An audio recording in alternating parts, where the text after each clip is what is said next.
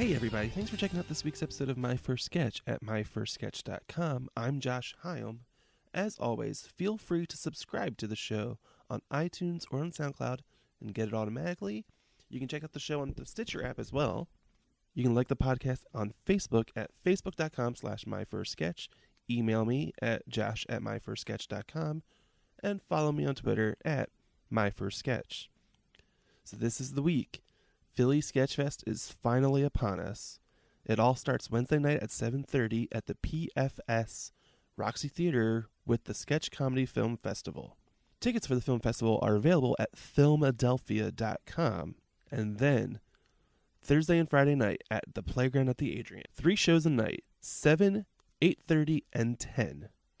Saturday night at the Ruba Club, 4 shows, 7, 8:30, 10 o'clock, and then the Sketchy Baiter and Mean Wendy Band at 11.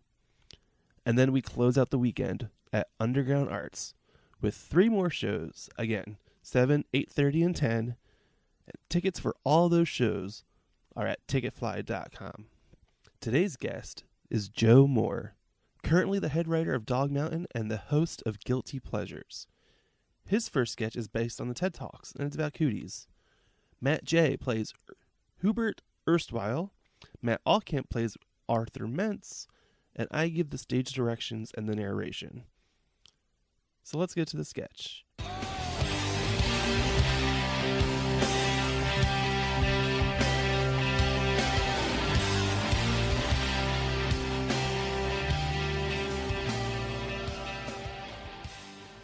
The TED logo is on the screen. Hubert Erstwhile enters.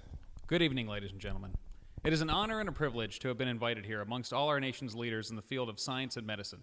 I am Hubert Erstwhile, CEO and founder of Circle, Dot, and Dot.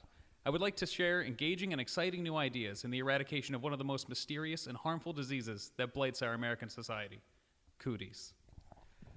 First, I'd like to imagine a world overrun by cooties. Close your eyes. Close them, everyone. Now one of you open your eyes. No, just one of you. Everybody close them again. And you there, open your eyes. No, not all of you, just 1 out of every 45 people would be alive. The rest of you murdered by the cold hands of cooties. Now you know what it would be like to be dead. Spooky, isn't it? Ghoulish. In 1920, the 66th American Congress voted in favor of ending women's suffrage. Less than a year later, Franklin Delano Roosevelt was left crippled by a case of cooties. In the 1600s or something, Mozart, the world's greatest musician, falls in love with the girl at the pawn shop down the street from his apartment. He would go deaf in a matter of months. Cooties. In the 14th century, a mysterious disease wipes out a quarter of Europe. Not knowing what a cootie was, they called it the Black Plague. Today, thanks to the work of Circle, Dot, every American that is alive is alive. Our unique approach to eradicating cooties started in the mid-1950s as a grassroots campaign focused on getting men at an early age. We struck where cooties first appear, middle school playgrounds. Today, our company has grown as a respected forerunner in the field of advanced medicine, but we aren't resting on our laurels. I'd like to introduce you to the next era of cooties eradication. Arthur Mentz is offstage in the crowd and interrupts. That will be enough! Confused, Hubert looks out trying to find where the interruption is coming from. What? Who dares interrupt my TED presentation? This is supposed to go on the internet! Arthur walks from the crowd and onto the stage. I've been waiting for you, Hubert. We meet again at last. The circle is now complete. When I left you, I was but the learner. Now I am the master. Only a master of evil, Arthur Mentz. Oh, evil? Am I evil? I'm only doing what I was groomed to do. I'm living the life you taught me to live. I will not be responsible for the mess you have become. As my intern at Circle, Dot, and Dot, I taught you how important it was to fight the good fight against cooties. You turned into a beast. Ha! You calling me a beast? That is rich, Hubert. I'm not the one who went and got married. To a woman? Security, please remove this man. Security! They aren't coming. I've given them prostitutes. They will be fully exposed to cooties in 3 more minutes. No! Yes, Arthur, and this TED Talk is the perfect place for me to expose you for the traitor that you are. Once, we scoured the schoolyards across the country, hand in hand, educating children about cooties, starting No Girls Allowed clubs in every town from Timbuktu to Walla Walla, Washington. But look at you now. a father of 2 young girls, married to a woman and having extramarital affairs with the local CVS pharmacist. You gave in, and now look at you, up to your neck in pussy. No. Arthur, stop this. No, Hubert, I cannot be stopped. Not now, for as of now, I am starting a new company. Circle, circle, square, square, exterminating cooties everywhere. Arthur draws a gun. Oh no. Oh no. Circle, circle, push it, pull it. Now I'm invincible to all your bullets. Aha! Ha! Oh, poor, poor Hubert. Good luck with that. Arthur pulls the trigger. Oh no. I've been shot. Circle, circle, ceiling, floor. Please don't shoot me anymore. Arthur shoots again. Circle, circle, circle, circle. Oh shit, I'm dying. Hubert dies. Hubert walks off stage. Let this be a lesson, women. Circle, circle, square, square. We'll hunt for you everywhere. Blackout.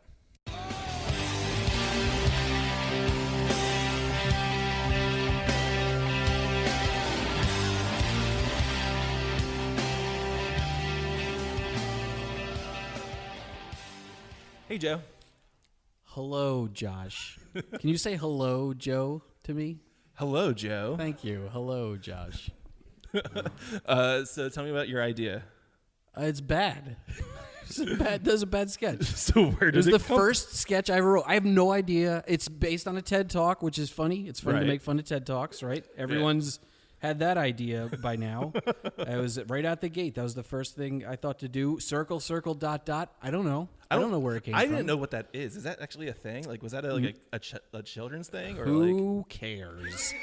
It's stupid. It was a bad sketch. It was dumb. I think I like the joke where I have everyone close their eyes and then I want one person to open Right. them. That's I like- funny. that was That's funny. funny.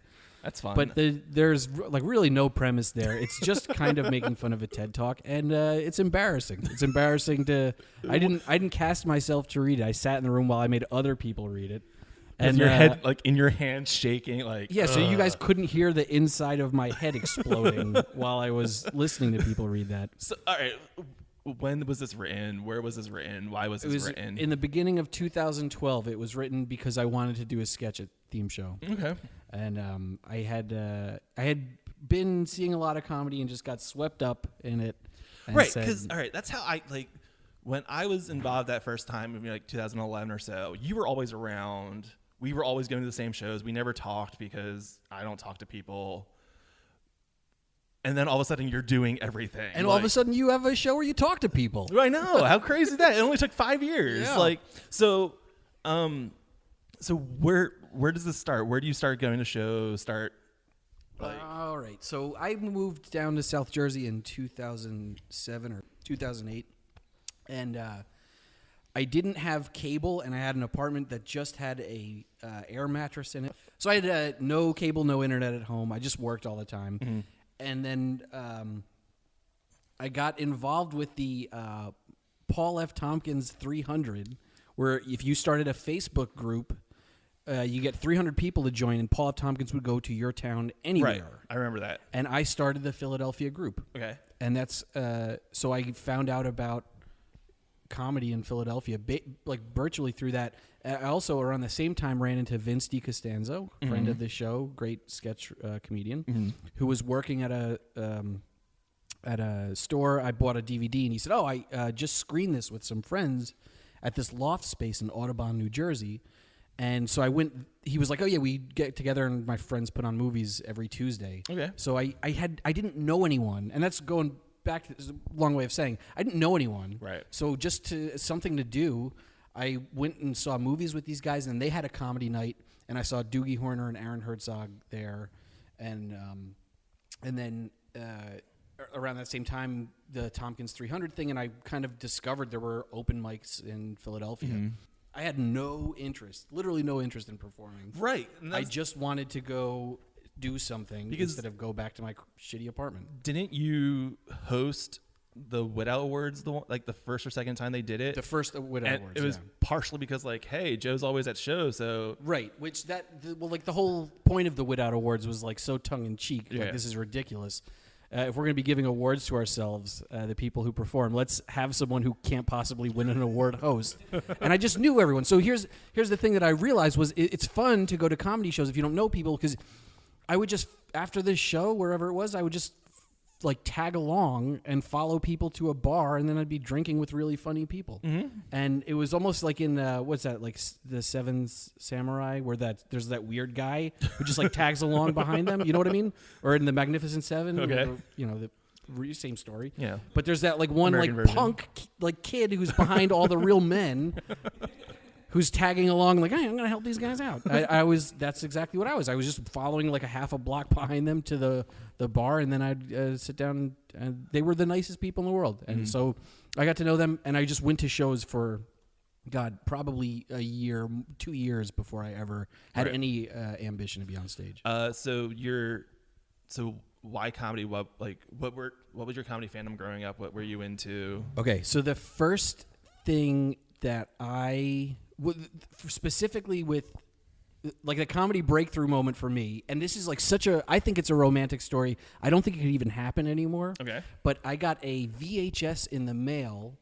Well, first I got a phone call from my cousin, and he was like, you got to hear this thing that's on TV. They had HBO and I didn't. And he played over the phone it's the end of a Mr. Show episode, where there's like the cartoon angel and the cartoon devil on the girl's shoulder, and the devil's just basically proving like shooting down all the arguments for religion. And it was like, it didn't play over the phone. I had no idea what the hell was going on, but it moved him so much. He was like, you have to see this. So then a couple days later, I hung out with them like every summer. I spent all my summers with them. This is during the school year, so I didn't see them. And a couple of weeks later, he called up again. He played me in season 1 of Mr. Show, the "Don't Put Your Dick in These Holes" sketch, like that whole thing with Jack Black. So like 8 minutes of him just holding the phone to the TV and me listening, and like I knew it was like, it sounded cool. It sounded, I was too young to hear things about where "Don't put your dick in these holes." So then anyway, a couple weeks later go by, and I get a VHS in the mail. Okay. And it was an unmarked VHS, one of those 6-hour things with the back punched out so you can't record over it, and it had 3 episodes of Mr. Show, and then the last half of the movie Sniper with Tom Berenger, and then it had 2 more episodes of Mr. Show, and then it had the beginning of Predator, and then it had more episodes of Mr. Show. So he had filmed like a marathon on a tape that he had taped all this other stuff on, and I got all these episodes of Mr. Show. I had no idea, I didn't know who any of the people were. I didn't know when it was even on TV. I just got this weird package in the mail that was like the funniest thing that I ever had. And then 7 days later, you died. Yeah, but so that was it. That was and so I had this VHS of Mr. Show, and it also had the Tenacious D shows that were on HBO yeah, too. Absolutely. So that was I obsessed over that stuff, and this is before the internet, so I didn't know where to pursue this. Right? My beginning and my end of my interest in this amazing, hilarious thing was this VHS tape. Sure. Wow. So when I would go visit them in the summers, we would make videos. We would, which I guess everybody, that's kind of a shared experience. Everyone makes videos with their friends or family or whatever. And we'd make these funny things. We did the Satan show, which was which is weird for 13, 14-year-olds to be sitting around with Satan masks and doing a daytime talk show where Satan is the host. So then I moved in high school, freshman year. The first week of school, in a whole new school, I didn't know anybody, and the teacher assigns us The Crucible, that book about the Salem witch trials. And he's like, "All right, now break off into groups, and you guys have to make a project for this." I knew nobody, and it was just the same weirdness of being a freshman. Everyone's break yourselves into groups, you didn't assign. Right. Oh gosh, Right. That's awful. I get no one, Right. so I'm just by myself. The weird new kid. Oh, it was totally terrible. So I go home from school that day, and I call my cousins, and I'm like, "Hey, can we make a video for this? I don't have anyone to work with." So my one cousin wrote the whole thing, and it was we did a Salem witch trial thing. It was I still today, it's dumb. I mean, it's fun. It's so smart. The story was that the witch, I was the witch, and I made an ointment for the judge in town for a diaper rash, but he didn't want the people to know he had a diaper rash, so he accused me of being a witch to kill me. And it was so funny. So instead, one of the moves that my cousin had when he was filming this, we filmed with just a VCR camcorder or VHS camcorder, and because the microphone wouldn't pick up our sound all the time, we recorded the dialogue on a cassette tape on a boombox. So and then whoever was pushing play on the camera had to push do it play together. on that. And then so when we were on screen, we would just open and close our mouths without saying the words. It was so funny. It's so funny. And like going back and looking at it now, so funny. And then at the end of the movie, when I was burned at the stake, they just had me stand up against a tree with my hands behind my back, and then underneath the camera, someone lit a lighter. So there was this little flame that was twice the size of me, and then that's how. But you see, like the first one is like the, with the sparks shooting up. So I went back to that class where I didn't know anybody, no one would be in my group, and I popped this into the. Right, and people were like, "What the hell is that?" I was like, flavor of the month. Right, I had people I didn't know. Actually, like propelled you instead of like what this weirdo like. I wouldn't say propelled, but I'm saying like it wasn't because I was expecting to be like, oh, and I was a total pariah for the next 4 years. No, I had people I didn't know introducing themselves to me and saying like, "Oh, we heard about the thing." So like they live in really rural Pennsylvania, and there was a squirrel that was like terrorizing their flower garden, my aunt's flower garden. So the day that we shot it, the movie, my cousin went out with a rifle and shot the squirrel and used it as a prop in this thing. So he's holding a squirrel as this crazy character at one point, actual dead squirrel. Like, does this video still exist within like the Moore family? Oh like, yeah. Oh yeah. I'm at that point now where I would love to convert it to DVD, but I'm afraid that it'll break the. I don't. You have to try. Yeah, like, maybe. But yeah, so that was it, man. So Mr. Show was the thing. That's what got me in, and then it's so funny that the Paul F. Tompkins would become the thing that kind of got me involved here. Mr. Show has been. When I was in college, we got a house with some friends that I went to high school with, and I was the only one taking a summer class when we signed the lease. The rest of them were working back home. So I was in this house by myself for like a month and a half. Right. And it was like one of those things. I remember the guy who wrote Taxi Driver was saying that like he went for like weeks without talking to anyone. And I did it for like 2 days and was like, this is weird.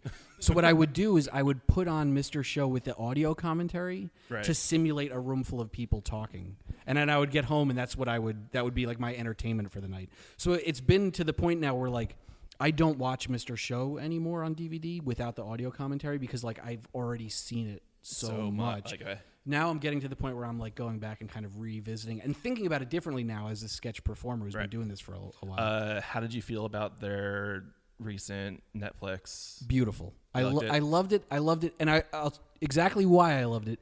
I don't think they were all home runs. It wasn't necessarily like a victory lap for them. Right. It was more just like, hey, we really like each other and we really like doing this. Right. And yeah, I thought it's so cool that they're still doing it. I saw them when they did their tour too, like, and it's just nice to know because I feel like that didn't get the appreciation that it deserved back then. I don't think it did either because I think it came out and I was doing a sketch 201 and we talked about it the one day and half the people were totally against it. I was like, what are you guys talking about? Like, there's really good stuff in there. Like, yeah, it's weird to talk about it, especially in like a class setting because it's like, what is working, what isn't working. Comedy nerds dissecting everything. Right. And I don't think these guys are so in Hollywood, just in their regular, they're all so busy with stuff that they would make time just because they enjoy doing it is awesome. I mean, Bob Odenkirk has gone from a comedy writer to an actual, like, I think Emmy-nominated dramatic actor. Like, yeah.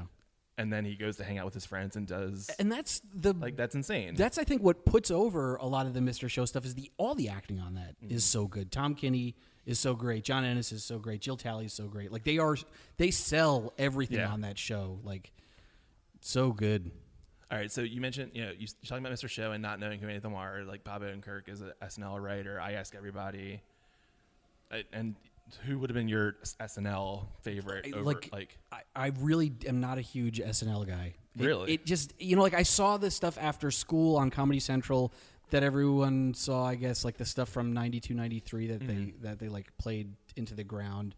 Like, it's fun. I think there's like, there's it just didn't speak to me in the same way. That Mr. You know, It's entirely different than Mr. Show. Totally So- different. And I think there's that like, probably that they're putting it up in a week kind of lends a certain energy to the show Sure. that just didn't resonate with me. So Phil Hartman, right? I've listened. Yeah, I know. I listened to enough of these to know that question was coming. To think about it in the car ride Just over to here. be like, all right, Phil Hartman, throw it away. That's fine. Yeah, and based solely on Troy McClure. That's perfectly fine. I totally accept post SNL work. Like, so what would be your favorite? Like, who's your favorite Mr. Show cast member? Ooh, I didn't think about that in the car ride over. Curveball. Jay Johnson. Jay Johnson. Yeah. It changes probably from episode to episode, but I think he is like one of just the. He's like just a funny personality, and the characters he gets on the show are so awesome too. With Jay Johnson, his big one that I always like.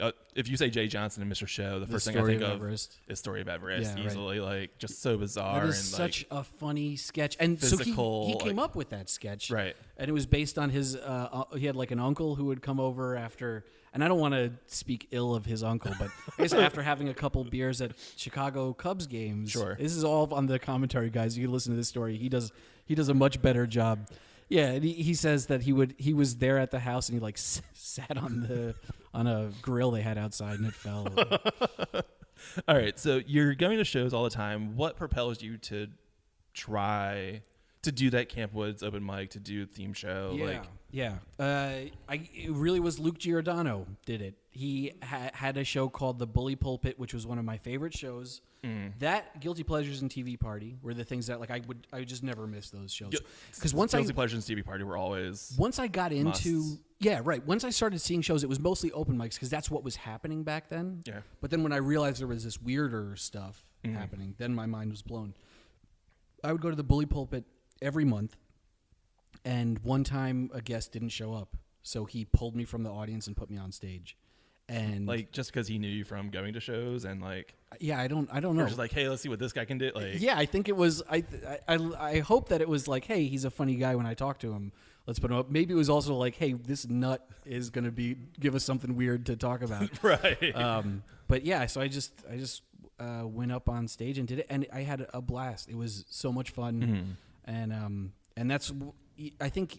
After going to so many shows and then getting to meet these people, like you want to participate. Yeah. And I think that's a real hallmark of the Philly scene is that like you can just like get involved, if you stick around long enough. Yeah. And people wanted to see me succeed. This terrible sketch that we just read that I hate got laughs, right? Because I knew people in the audience and like they wanted to see it succeed, and they knew that part where the people close their eyes was kind of funny. So that one joke that you like, Yeah. you're gonna hold on to. And, Yeah. So all right, what's your next project after starting? Like, does Dog Mountain immediately like, after or is there something I don't know about? No, Dog Mountain was later that year. I tried to get, so I did that sketch with Jim Graham, and I tried to like finagle him without him knowing into being in a duo with me. Okay. By just writing sketches and being like, hey, you want to do this sketch with me at this thing? And so I booked us for a show, like at Fit, like a half-hour slot. Okay. And like 2 weeks before the show, Jim's like, oh, I got too much stuff going on. I can't do it. So I was like, oh, no. I thought you were going to be the funny guy who would come up with all the funny stuff.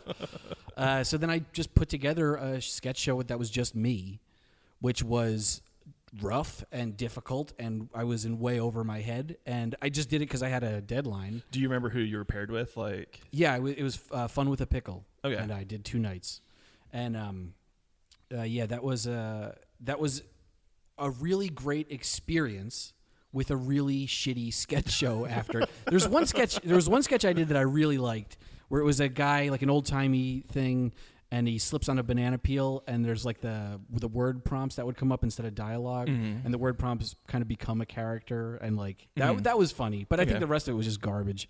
Just I didn't know what I was doing. So. yeah, first time out, you got to try and Yeah. After this, I took a class. I took Sketch okay. 101 with Billy Thompson. with Billy. Yeah. Bob, okay. Yeah.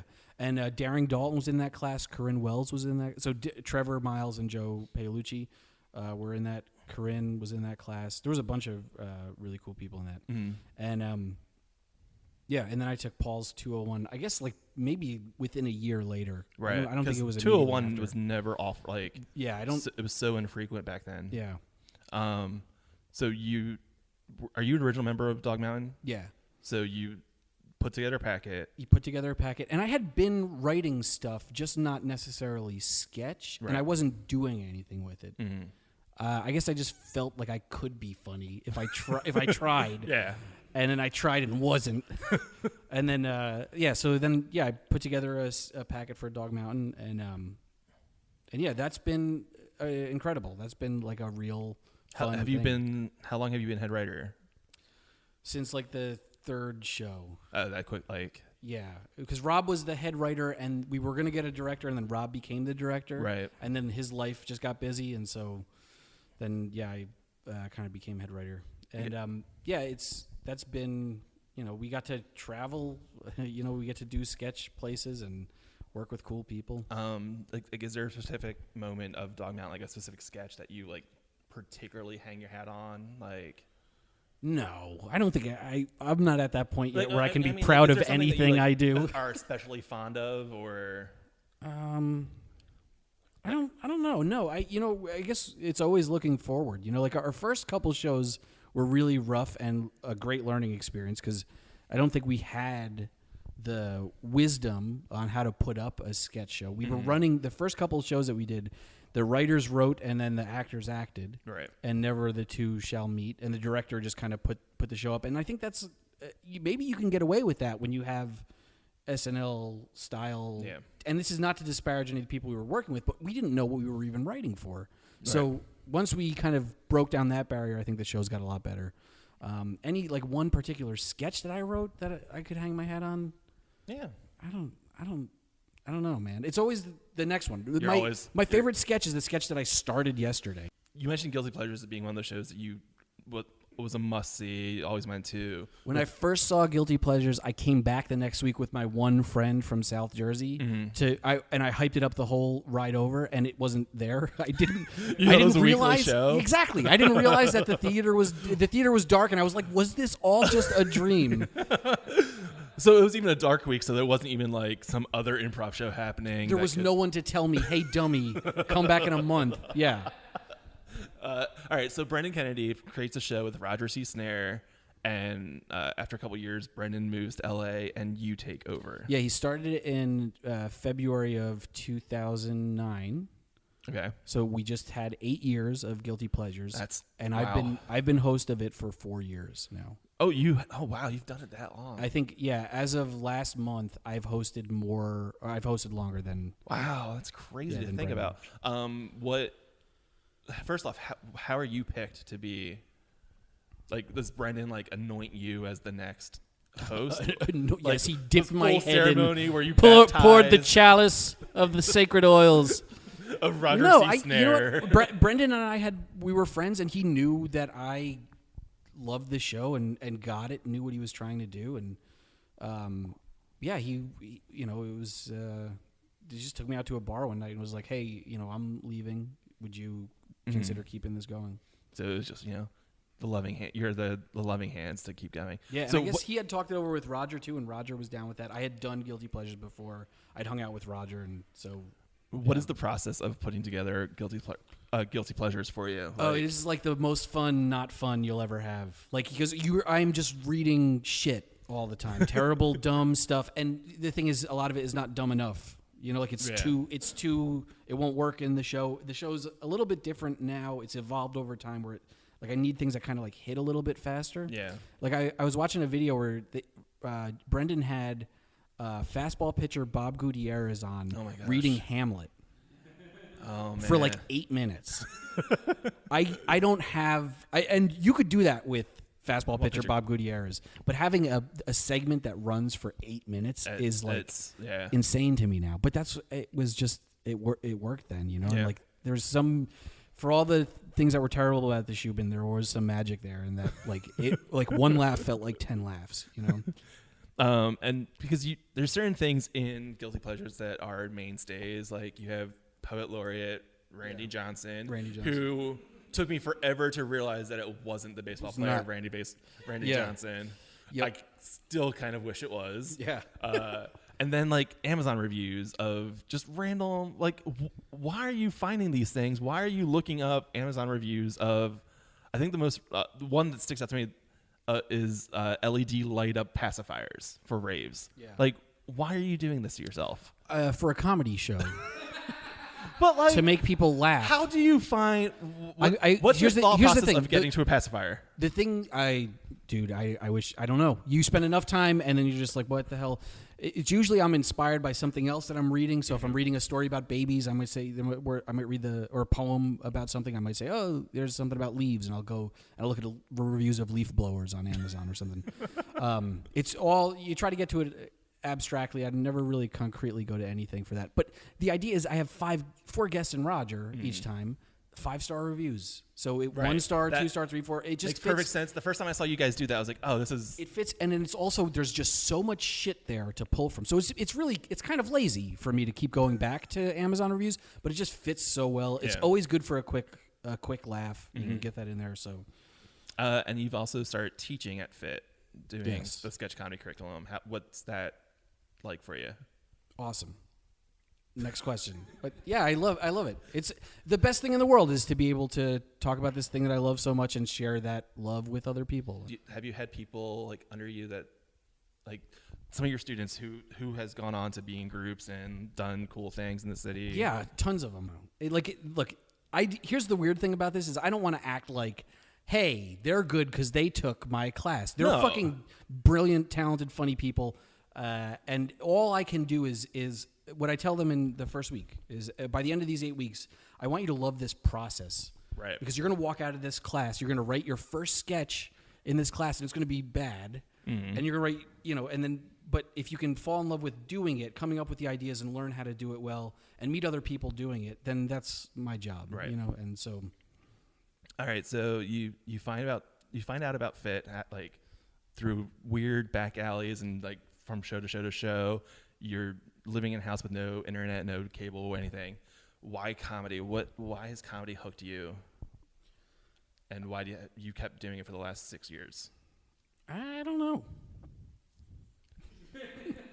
God, Joe. What? Like, What am I supposed to say? like, I mean, What else am I going to do? I don't want to be a lawyer. I don't want to be a day trader. This is just fun. Okay. It's fun to me, and it's cool. And I've met the most interesting people from comedy, specifically sketch comedy, but also maybe improvisers, stand-ups. You guys are cool too. But are they? oh yeah, the coolest. But and see now I will fucking lose sleep over that because I said that and it sounds like, oh, he's making fun of us. No, I'm not. I'm just man. Why don't you do a show that's called My Newest Sketch, where we talk about the thing that we're like most amped up and excited about, instead of like digging up these awful memories Because of the shows. idea is to see how far you've come. Like, Why? That's so.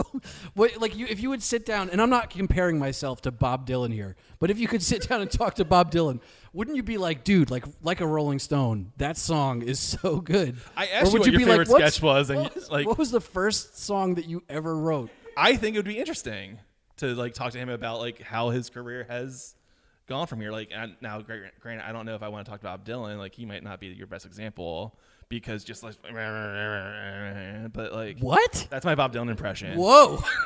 All right. Actually, so then let's I- do it. Bob, tell me about your first song. Well, I don't know. It's just gonna be a thing, and just other things, just whatever. And See, now how about this? Wouldn't this be a much better podcast? Hey, what's the new song that you're writing? hey, it's just this thing. It's gonna be everything. It's just fine. Whatever. It's all right. Look at that, 1 million downloads on that. Million on the second one, not so much the first one. See, I'm but- sure Bob Dylan would be embarrassed by the first one. Because actually, honestly, if I was going to talk to Bob Dylan about songwriting, I would bring up his Christian years.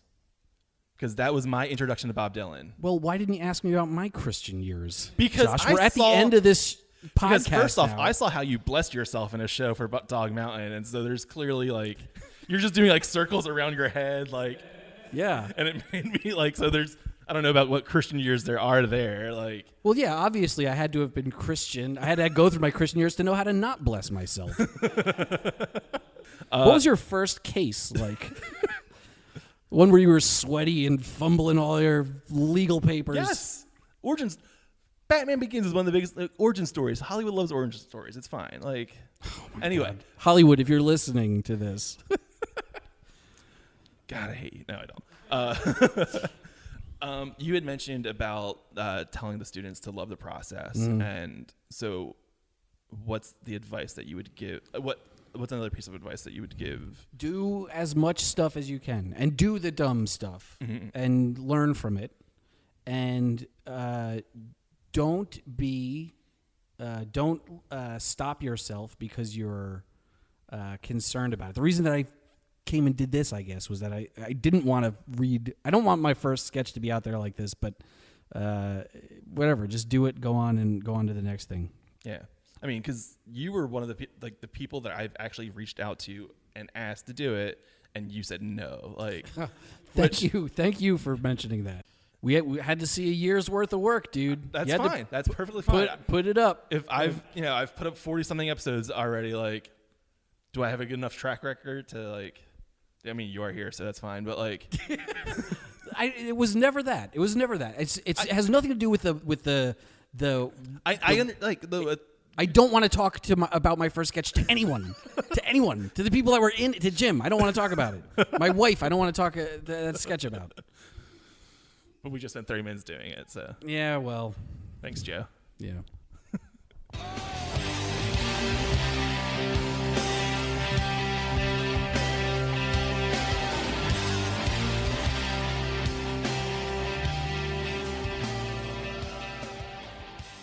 Joe can be seen next as Dog Mountain takes the Philly Sketchfest stage on Thursday, April 20th at 10 p.m. at the Playground at the Adrian, along with Ladies and Gentlemen from Montreal and a live edition of My First Sketch. And then Guilty Pleasures returns to the Fit second stage on Friday, May 5th at 9 p.m. My First Sketch is a Philly Sketchfest production. You can find out more information at phillysketchfest.com or on Twitter at PHLSketchfest. Also, for more information about comedy in Philly, head to watercooler.com. The music on this episode is not by the band No No, but you can still check them out at nonoband.bandcamp.com.